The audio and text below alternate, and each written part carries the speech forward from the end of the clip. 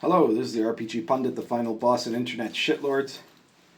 And before I start today, let me. I don't know where all of you are from, but I've got a lot of subscribers and a lot of people might be viewing this. And my deepest sympathies go out to anybody who has been affected by the terrible flooding that's been going on in North Carolina and several other states. I'm sure I've got a few gamers there. I hope that you're all okay. So just take care and my best wishes to all of you. All right, so before I get to the topic, here we have you got Baptism of Fire here. This is the soft cover, so you can see it's nice and thick. Sword and Caravan, Medieval Adventures on the Silk Road. That's the campaign setting for Lion and Dragon. Baptism of Fire is a complete game and setting. Then here's the Old School Companion 1, which has all kinds of useful material and rules and spell books and all kinds of other stuff about like elves and fairies and curses and monsters and things like that. All of which you can plug into any OSR game, though of course it's especially good for Lion and Dragon. These and all of my other games are linked in the description below. Hey, it's a meatball. Hey, meatball. That was quite the jump. You almost slid a bit. I think it's because I just cleaned the counter, so it's a little slippery for her. So anyways, check out in the description below. You can just click that more if you're watching it on your phone, and it'll extend there to show links to all of my products. And don't forget to check out the Red Room store, the link for the Pundit Files. The latest Pundit file right now is the Medieval Calendar Year, which is an excellent source book to give you an idea of how, like in a pre-industrial society, especially, one based on Western Europe in the Middle Ages, how people lived over the course of the year, the things that they did at different times, the different religious festivals, including some really weird ones that nobody does anymore, even if it's medieval Christianity, but there's a lot of differences there, even in things that we're still kind of familiar with, like Christmas and Easter. The practices were very different, and there's a lot of interesting stuff to check out in the product, plus of course adventure seeds and kind of guides as to what player characters would be doing at different times of the year. So if you want to add a sense of living time to your campaign, it's a good product to check out. But check out, that's issue 21. There's 20 other issues to look at if that one doesn't seem interesting to you. And you can pick up any of those for just $3.50. So if you can find someone to give you $3.50, you can buy an issue of the Pundit Files only at the Red Room store.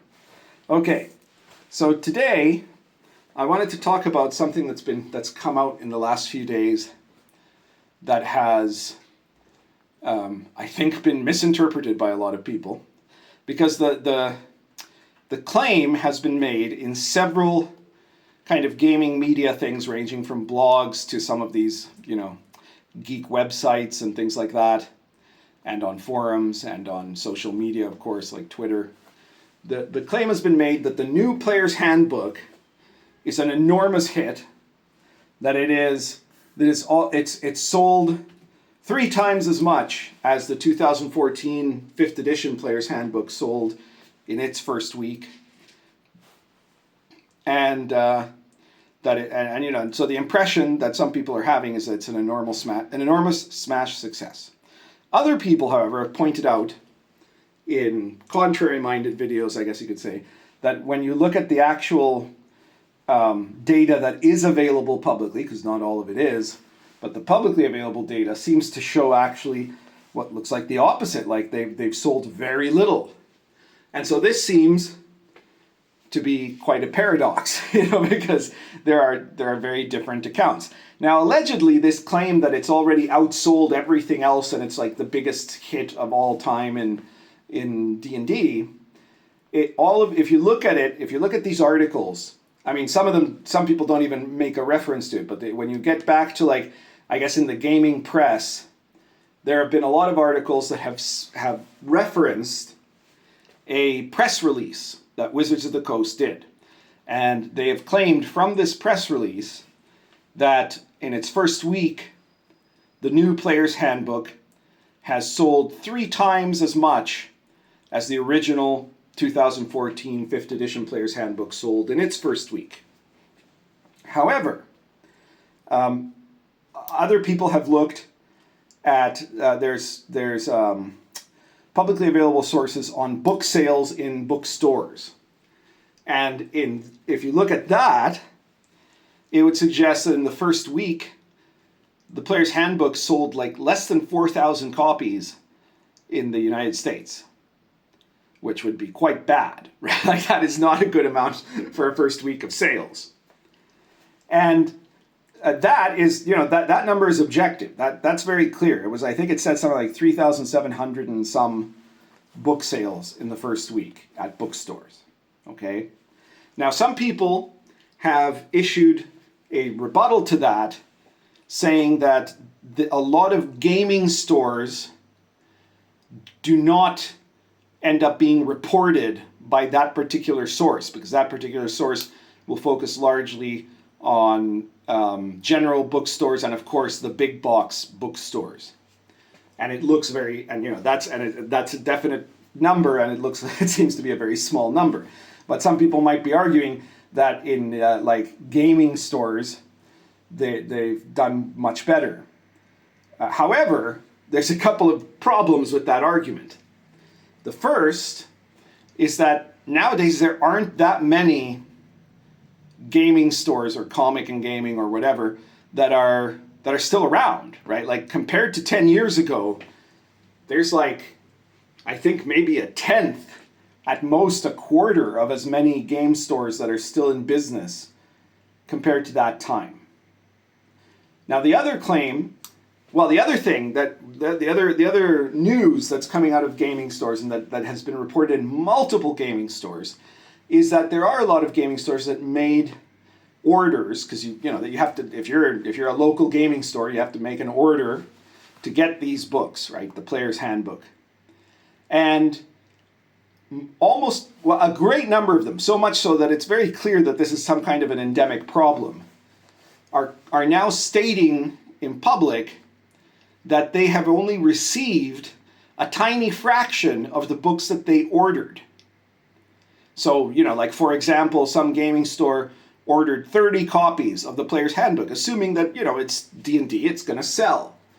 And they only received 3 copies. So there's a problem there, right? That apparently their distribution is not working well. So I don't think that, based on that there's really a lot of sales that get added to that number from the local gaming stores that might not be counted in the general book market sales, okay? On the other hand, people are saying, well, here's the thing though, Wizards of the Coast is also having a kind of a direct sale system where people can pre-order directly from Wizards of the Coast. And that might have done really well. It's true, it might have done really well. We don't have figures for it. We don't know exactly what it sold.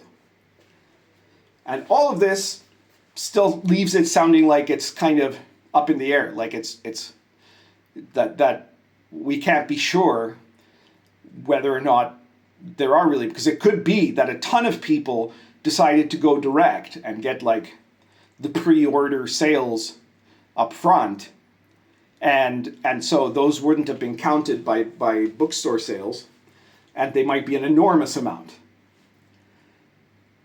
So I ended up finding out a little bit more about this, and one of the things that I found kind of curious is that in most of these gaming news websites, they referenced the press release. And in some cases, they quoted from the press release the small segments. But none of them linked to a press release. And now I have apparently found out from a relatively credible source that the actual press release, it's very much in kind of a corporate speak. And they were celebrating, but they were celebrating, the fact of what they were celebrating is that they printed 3 times as many books as the original print run of the first print run of the Player's Handbook. Now, let's put it this way. If you're, I don't know, if you're a farmer and this year you've managed to harvest 3 times as many potatoes as last year, that doesn't necessarily mean that you've sold 3 times as many potatoes as last year, if you get what I mean. So they haven't actually said that they've sold that many. They've just said that they've printed that many. Now, the fact that they printed that many could be a sign that Wizards really believes that it's going to make a whole bunch of sales. It's probably a safe bet because, I mean, I don't remember what the exact original print run of 2014 Player's Handbook was, but I think it was a relatively modest one for such a big corporation. I think it was something around like 22,000 books was the first print run. And of course, then they made many other print runs over the years, right? And the 5th edition was a spectacular success in terms of sales, as I pointed out in my previous video. But, so it's not outside the realm of probability that Wizards of the Coast could have printed, let's say, 66,000 books in their first print run. I'm just guessing there, right? This is not a number that, it hasn't been, there's nowhere where the number is explicitly stated, but that's certainly possible. And it would not be unreasonable for them to think that they're definitely going to at some point sell those 66,000 books. But it doesn't mean that they've sold that in the first week. It just means they've printed that. And what happened is that some of these sites, I think, either misunderstood, if we're going to be very generous here, they misunderstood that press release. And if we want to be a lot less generous, we could say that they've misrepresented that press release, because of course a lot of these gaming websites are very much on the kind of pro-corporate and lefty side of things. They like the higher woke factor of the new book compared to the previous one, which is funny because of course back in 2014 there were people complaining that the 5th edition Player's Handbook was too politicized or something, because it had a comment about how you could play whatever gender you wanted or something like that in one section. But it's nothing compared to what the new Player's Handbook is, right? On the contrary, this, if anything, if any of these people are doing this on purpose, it's because they now consider the 5th edition book to be problematic in so many things. And we know that because they said, well, it has race in it. How dare there be races, and stuff like that. It has half races. Oh, that's even worse because somehow if you're a product of a racially mixed union, there's an inherent power distinction there and stuff like that. So there's a very good chance that certainly some of these gaming websites were motivated for that. And then other people read those websites and probably innocently commented it, assuming that the claim was genuine, that this was that the sales themselves were so massive. I think it's pretty clear that that's not the case now, And now I'm not saying that it was a flop, because you also can't just say, well, they sold less than 4,000 books in the big bookstores, because. And I mean, in other times you could have said, well, that's a sign that it's obviously a flop. But now you can't, because it is true that there are going to be people doing direct sales, and probably quite a few. But also because the whole agenda of Wizards of the Coast has changed. They aren't particularly interested in selling dead tree books like I do, Of course, I also have everything on PDF. If you go onto any of the links for any of my books, you're going to find a PDF version. If you just want the electronic version, that's fine. The world has changed quite a bit in 10 years, where nowadays, I mean, I know that a lot of gamers, myself definitely being one of them, love to have a physical book. And I think that's something that is very much part of the kind of tradition of RPG gaming. But I think also a lot of us are much more comfortable now reading PDFs and using PDFs than we would have been even 10 years ago. So it is different. But the bigger point is that Wizards of the Coast is not particularly interested in people playing stuff outside of the VTT. So, you know, when you're doing this pre-order, if I'm not mistaken, you get a book, or you can choose to get a book. I mean, I think there were different tiers, if I'm remembering correctly. You can choose to get a book. What you actually get is, the other thing you also get, and the one that you get first, obviously, is the digital version that is connected. And from what I understand, you can try to correct me if I'm wrong here, but I think if you're buying it directly from Wizards, you're not going to get a PDF like you would from DriveThruRPG or something like that, which is a PDF that you can put on your computer or your tablet or whatever and use it there.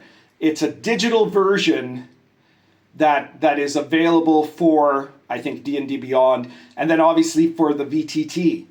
The whole point of their whole sales process now is to get stuff into the VTT.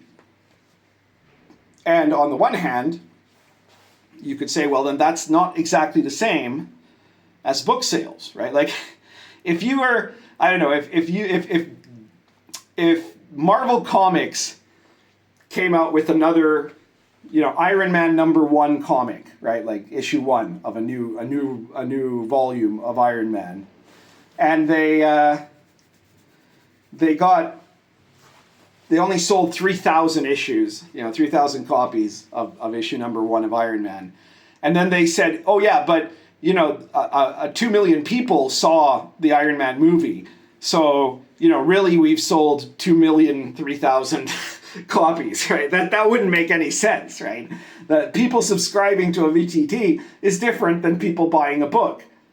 And, you know, part of that is also it has a different level of expectation, right? People are going to be trying to potentially subscribe to the virtual tabletop once it comes out, if it comes out. I think it might come out this time, but I don't know for sure. So far, there's 0 for what, 3, 4 attempts to make a VTT. But it looks like it's going to come out. They're still claiming it's going to come out, so let's assume they will. But a subscription is different because that's something you're paying month to month, and the measure of success is really not going to be how many people try the VTT. It's how many people stay on it and keep being subscribed to it, you know. And to suggest that is the equivalent of having beaten the success of 5th edition, the 5th edition player handbook, is just kind of silly, right? So I just wanted to make this video to clarify, because there have been quite a few videos I've seen of claiming the you know, bragging about the incredible success of the new edition, and other videos claiming that no, actually it's gone, you know, it's totally a failure, a disaster, they've gone broke, etc., etc. I don't think either of those two is exactly correct, but I think it's very clear, to me anyways, that they have not in fact they certainly not outsold the 2014 edition of the Player's Handbook. They haven't beat 5th edition, because there's some people even that, you know, further misinterpreted it to think that what Wizards was saying is that they've already sold more copies than the 5th edition ever sold, and that's just ridiculous, right? Like, 5th edition sold an enormous amount over the course of its 10-year lifespan. So that's definitely out. And I think it's also really dubious to try to claim that it's outsold the early sales of the Player's Handbook, though it's not impossible, because of course the Player's Handbook was coming out, the 2014 5th edition Player's Handbook was coming out right after a disastrous edition, a really bad edition that everybody was turned off of. And it took a little while for people to test the waters, because 4th edition had been so bad that with 5th edition, there were people that were nervous about whether it would actually be good or not. And so the sales increased over time, right? The peak moment of sales, you know, in a lot of RPG books, it's usually like the first couple of months of sales are the biggest sales that the players that a RPG is going to get. That's certainly usually the case with most of my books, right? It's a very normal thing. You get the buzz going, and then you sell a lot. And, you know, Baptism of Fire was #1 on the OSR charts for 8.5 weeks. It did really, really well. But then it starts to kind of taper off gradually, and then you have like the long tail where it still keeps making money, but not nearly as much as it did at the beginning. But in the case of 5th edition, that's not exactly what happened. Its sales increased over time, and then only decreased later on, right? And like it sold more in the first 5 years than in the last 5 years. But it had done really, really well. And so, you know, if you've been watching these videos claiming that that the new 1 D&D edition of the Dungeons and Dragons has outsold 5th edition, that's just wrong, okay? And I wanted to make that clear. So I guess that's everything for today. If you like the video, hit like, share it anywhere you think people will find it interesting or get pissed off about it. Subscribe if you haven't subscribed. And once again, check the description of this video and you will see links to all of my many products: Sword and Caravan, Star Adventurer, World of the Last Sun, The Invisible College, Arrows of Indra, the Pundit Presents series, and the Pundit Files from the Red Room. And take a look. Whether it's 5th edition or 1 D&D, I think that any of the books that are on my list in this video are going to be a better experience for you than either of those editions, to be honest. So don't even worry about D&D 5th edition or 1 D&D. Check out the OSR and especially check out my products. That's everything for today. Currently smoking. This is a Lorenzetti Oversize plus Argento Roots.